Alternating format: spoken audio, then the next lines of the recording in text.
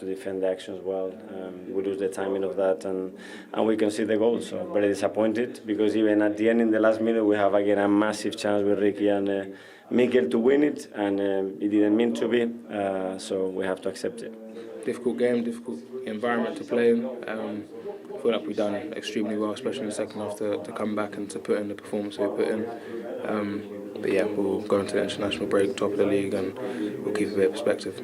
Did the at the end mean as much, if not, from the goal you scored? The stage of the game, I mean, if we conceded that, it would have been a huge blow. So it probably meant more in the end, but there's no feeling not scoring a goal. It was a tough game, as expected, because we knew before that we faced probably one of the best teams in Europe. I think now we have this faith, this belief that until the final whistle, anything is possible. And Sunderland have shown all season that anything is possible. They could have gone second if they'd won this game. They're unbeaten at home. What was so impressive about this performance against Arsenal, Alan? Well, particularly Dan Ballard, I thought epitomised everything that Sunderland have done so well, particularly at home this season, with his aggression, with him and his teammates stopping Arsenal playing, particularly in that first half. And they are really, really tough to play against, and there were so many examples of that today, with him and other players putting their body on the line, you know, for their team and for the atmosphere. And I said he sort of summed everything up. We're going to talk about this after, but look how difficult it is to get through, how many players they've got behind the ball, and then I think that's really good defending. As I said, we'll talk more in a minute about that, but that is really, really tough, aggressive defending. Then he more than plays his part with this. I mean, he makes it difficult to clear, but have a look at the touch. And any forward would be proud of that finish. Then when they're piling the pressure on, he makes it really difficult there. The flick on in for Brian Brobby, who then finishes off with a great finish. But it starts with him being aggressive in the box and not letting the Arsenal players defend the way they want to, and then they get the and then Arsenal come back at them and they straight down the other end. And I said, putting your body on the line for your team, that's exactly what I mean, and that's why it means so much to him as the defender, to stopping that. And you can see the reaction from all the fans from behind the goal. And Arsenal will not have many tougher games than that this season, I promise you. And you can see, I mean, he started his career at the Arsenal Academy, and what a performance him and Sunderland put in today. I thought they thoroughly deserved the point. Yeah, Dan Ballard, player of the match. But you mentioned that challenge on Marino. They looked at it, VAR looked at it and decided there was nothing to see there. What was your view on it, Theo? Well, my view, I look at it a little bit differently, to be honest, and it's not clear and obvious. However, it's early in the game, it's 7 minutes in the game, and Don Ballard, of course, wants to put his mark on the game, should we just call it. And Mikel Arteta spoke about being disruptive, and he's definitely, from my opinion, right, he's disruptive, and there's a slight movement from the elbow to Marino's cheekbone. Me and Al definitely probably don't agree on it, however, I do feel his elbow's in quite a high condition, should we just call it, and it was very disruptive, and it did I think, as a defender, if he allows that forward to get across him, Marino, his manager goes absolutely berserk at him. That's his space, and he cannot allow any forward to get across him. So he then settles himself, and then he goes for the header. He can't jump without doing that for a header, and I don't think there's anything deliberate there at all. I think it's more brilliant defending than anything else. And you would have done that if you were challenging for the ball as a striker? I wouldn't allow anyone to sort of get in me, or in and around me, or in front of me, and that's his job as a defender. He cannot allow the forward to get in front of him, and he didn't. Theo, as Alan was saying earlier, Sunderland's game plan worked perfectly, particularly in the first half. But what changed for Arsenal in the second half? What changed? Mikel Arteta got into the dressing room first before the players, and the intensity was the biggest challenge that they had to face, because they were up against a very tough Sunderland team who hadn't been beaten at home this year, and the numbers they committed forward as well. At times, Bukayo Saka was finding it hard in the first half to get involved in the game, but this is what I'm talking about, the bravery with committing bodies forward. Declan Rice always starts the press, and if you give Arsenal an opportunity, they're going to punish you. Simple as that. And you can't afford to do that, because Sunderland works tremendous. You know, Al spoke, a couple of weeks ago about the fullbacks committing forward and putting in positions where you don't really expect. But this is what we're talking about, the difference, the bravery, the committing the bodies forward, like I said before. And this is where I felt at times Arsenal were always going to cause problems and make chances out of nothing. There's a little bit of a snapshot here, but this was the danger. This is the warning signs that Sunderland had to be aware of. Zubimendi, I thought, was absolutely brilliant in the second half.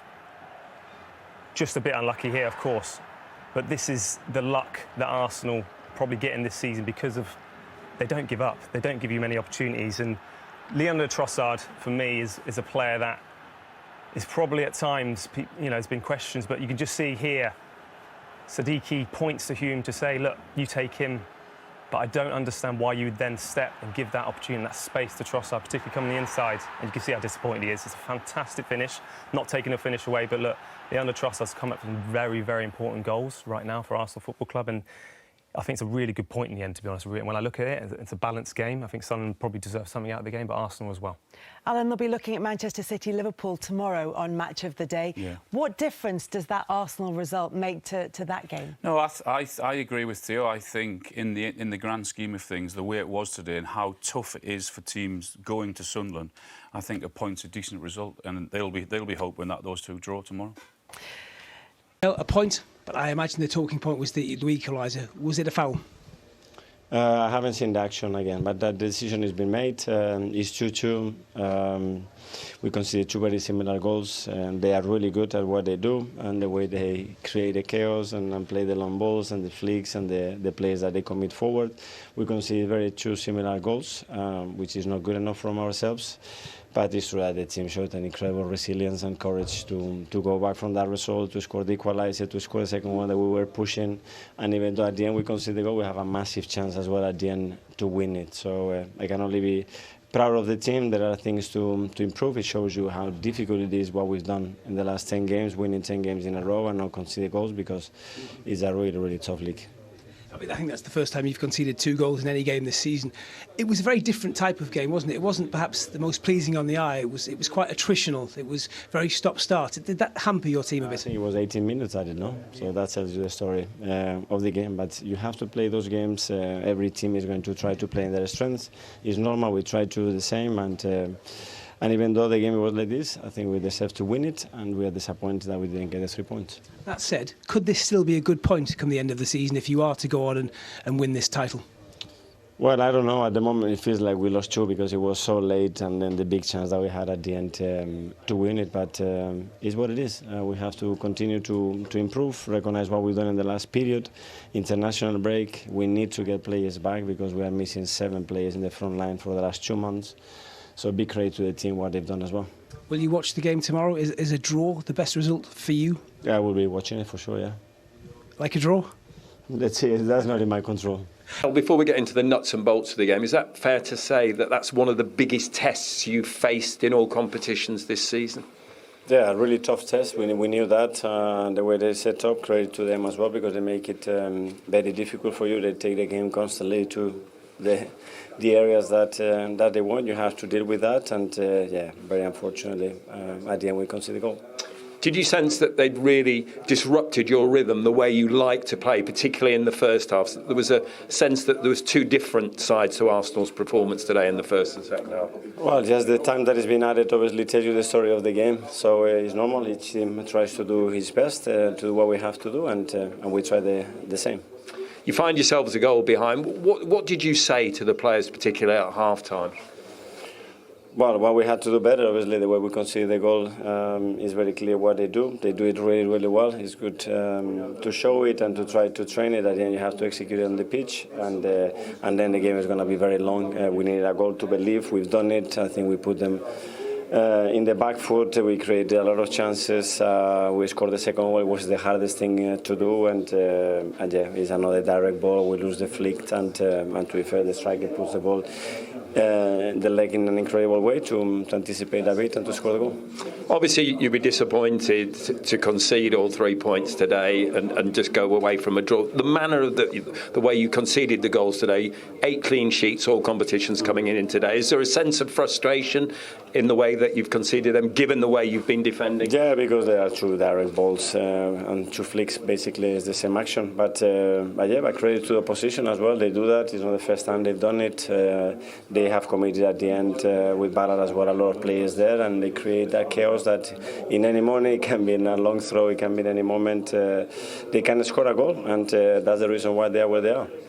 Did we see, though, today that the sense of how difficult this league is? People talked about you potentially going 9 points clear, but does it show today how hard it is to win this league when you come to places like this, to newly promoted sides, and they give you a fight like that? It shows it every week against any opponent. You know the margins that you win football matches. We really understand that and recognise that. So we understand the difficulty of we've done winning 10 games in a row and not conceding any goals. Now they have the international break. We are very disappointed because we won the 3 points, obviously, but we have to go again. You mentioned the international break. Looking at your bench today, with respect, probably not the strongest that we've seen from Arsenal at times this season. All those players we know, Martin Odegaard, Kai Havertz, Martinelli, Gabi Jesus. Is this coming at a good time for you? Yeah, we have 7 injured players, especially on the front line, so we're very limited with the options that we had. But this is the season as well. You're going to go through those periods. Those players, they haven't been with us for the last 2 months, and we've still done really, really well. So big credit to the team. Just finally, do battles like this make you stronger? Do they make you potential champions? For sure, and I love the way the team reacted and we scored the 2 goals and go ahead. It's just a shame that in the last minute we conceded the goal in the manner that we've done it, but that's the league. Mikel, thank you. Thank you. Take care. Dan, what did that one mean to you tonight? Yeah, I mean, it was a special game, special goal in the first half. I thought the boys were magnificent and put a real shift in today. Which meant more to you, the goal or that clearance 1 minute from the end? Well, I don't know. It was worth a goal, wasn't it? Goals feel great, obviously, but the block was probably more important in the end. Got us that point over the line. We talked a lot in the build-up about how big this was for Granit Xhaka, so long at Arsenal, but it's also your boyhood club as well. Yeah, of course I spent, I don't know how long, 10, 12 years there, my whole childhood really, so they taught me everything, and I've got friends lasting a lifetime from there and some great coaches, so I'll always have a special place in my heart for Arsenal. How big could that point be? Because it perhaps wasn't technically the best game we'll watch this season, but physically and in terms of commitment, we saw a lot from Sunderland tonight. Yeah, I think it's been a theme of us really throughout the season, and for promoted teams, it's important. You've got to fight for everything, because some of these teams have such great quality. So we have to make it tough, especially at home. And I thought we did that. Certainly, much improved performance from Arsenal, but Sunderland just wouldn't lie down for them. And that's 5 goals now. They've scored 90 or later, which is 2 more than anyone else. Arsenal included in that list on 3. But it's character. Regis Ilbris talked about. It's resilience. It's all positive, isn't it, Darren, for Sunderland? It is, certainly. I mean, first half I thought their performance tonight was really good. Second half started off a little bit sloppy, I'd say.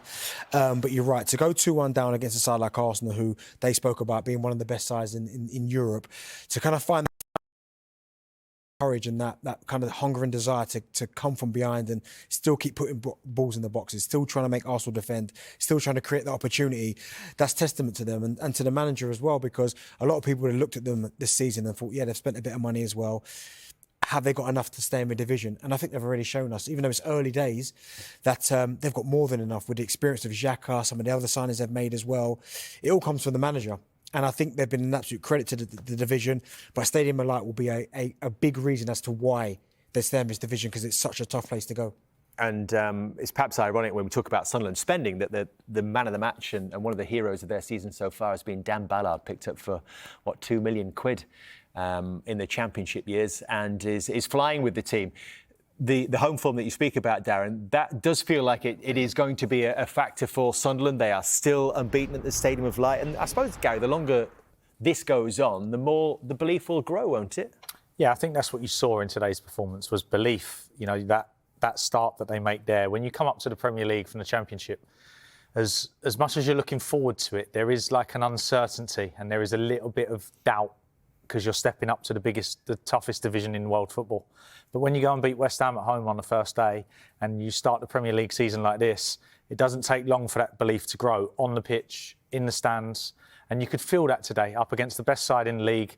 There was never any doubt that they were going to give them a real tough game, and they were, you know, Arsenal will argue they should have won it, but I think Sunderland were worthy of a point. How much of a setback is it for Arsenal, Darren? I guess now it's probably still a bit raw, so they probably will be thinking, it's points dropped. But I think when the performance as a whole and how Sunderland did cause them problems, I think it's a point. Now, I think it helps that Liverpool, Manchester City are playing tomorrow against each other, so potentially they're both going to drop points, or definitely one of them is going to drop points. So I think he'll be looking at it again. Do you know what? In the long run, maybe it's not the worst point in the world, worst performance in the world, but I guess it's the next fixture, which is, of course, the North London derby, which is where they'll be looking to get back on track with maximum points. Which side will you be on for that one? I can ask me that question. Like,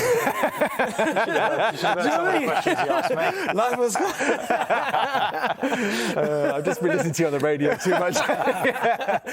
What positives will Arsenal take from this today? No, I think you saw in Mikel's demeanour there. I think if he'd have been disappointed with the performance or the group, you'd have felt it more. You'd have felt it more in that. I think you could see there. You go to a team that are, they third in the league and have started unbelievably well at a very tough place to go, and you have 8 or 9 attacking players missing from your squad. It's never a straightforward afternoon for them. So I think they go there, they don't get beat, they probably edged it, and he'll go home thinking, OK, I can live with that today, and hopefully we get some players back and we're still 8 points clear or whatever they are due to their fantastic start.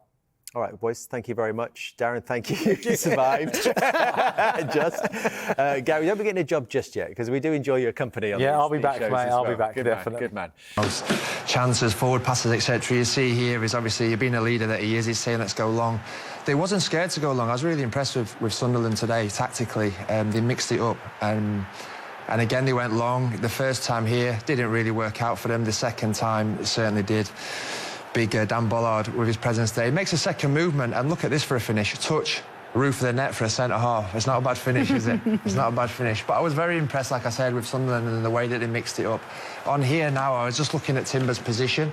I think as a full-back, certainly as a centre-half, I'd want my full-back in these positions to be next to me. Would make his decision for Saliba to go and close that gap a little bit quicker.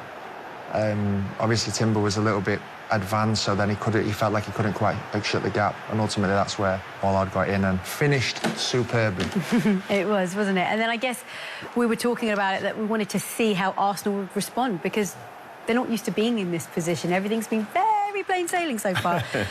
But then it was Saka that responded and got them back into it. Yeah, it was, and you know, when every time I see Bakal, he normally cuts in onto his left, but even on his right foot, he's got sneaky power, you know. But Sunderland are playing out from the right, which is what they didn't do first half, you know, and this played straight into Arsenal's hands. But Saka's touch there, and then the pace he generates on that. I'm sure that the goalie thinks that this is going wide, because from when I watched it from behind, I saw, you know, he's asking actually for the ball to be played back to him there, which would have been obviously the better option, but the guy keeps hold of it and then gets robbed by Declan. And then, but like, the finish is fantastic, but just felt that he thought it was going wide because he wasn't full stretch when he goes down. You can see it better from this angle. You know, you watch his left arm, it's not a full stretched arm, and I think he's a little bit surprised that it's gone in. It's a great touch and then a great finish by Saka. You know, like I said, the power that he generates in that right foot is brilliant. Superb from Declan Rice as well, wasn't it? His pressing, you know, he's one of the best holding midfielders in European football at the moment, and the way that he pressed, won the ball back, created that opportunity there. Then we thought the winner came next. And we thought. David definitely was hoping that it was. But I was up. How good was this goal? No, this is a bit of class, you know, this is a bit of class. And when you look here, you've got every single Sunderland player in the 18-yard box. You know, it's difficult to break that down, so sometimes you're looking at players to just create that extra bit of class, and this certainly was it from Trossard. Comes inside, gets half a yard here, bang, and just hits it. It's a great strike to put Arsenal 2-1 up. But like I said, sometimes when games are tight, you look at players to do something out of the ordinary, and this was definitely out of the ordinary. He has that ability, doesn't he? It's a great strike. You know, I don't think the goalkeeper sees the actual strike. You know, that's why he moves a little bit late, Roofs. But even if he sees that, he ain't saving it. Yeah. Not even I would. I'm sure you would. So great moment there for Arsenal, thinking that they were going to walk away with all 3 points, but it wasn't meant to be, because we saw Brian Brobby and we saw the fact that it was his first goal for the club. We heard him in his interview. This was in the 94th minute. It just goes to show you cannot switch off, you cannot rest in the Premier League. No, you can't. And it's just a little chip in there, and it's the same again with Dan Ballard causing havoc. Yep. And then getting the knockdown. I'm a little bit surprised in Raya's decision to come.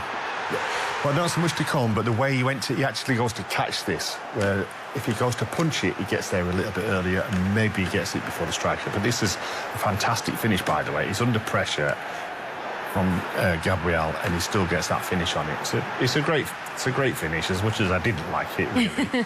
You've got to credit them, don't you? Yeah. You've got to credit Regis Labrie as well for putting together such a good tactical plan, and also for his team and their character. Points from losing positions, they're right there at the top, and that will be very helpful throughout this Premier League season, Gary. Of course it will, yeah, and it's all about attitude, isn't it? It's all about not putting your head down when things are against you.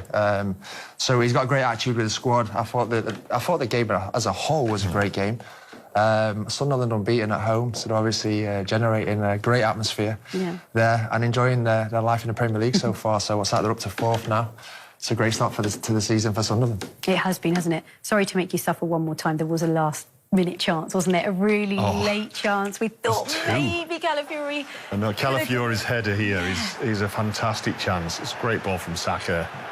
Goalie makes a decent save, and then there he is again. Marino, he's got. If he doesn't get man of the match, he's got no chance. What a block this is! Look at him. Yeah, that is proper, isn't it? Yeah, as good as a goal. Fantastic. He had a great game today. It was a really entertaining watch, and it was great. I mean, going into the international break, Arsenal still have the lead at the top of the table, but how do you think they will view today's result? A little bit disappointing with the chances they had, but I think that to come out with a point shows the character of the team. There was mistakes that were made, but clean the finishing, and you take all 3 points. So it'll be a little bit of a downer, I think. OK, right, on that note, let's take a quick break.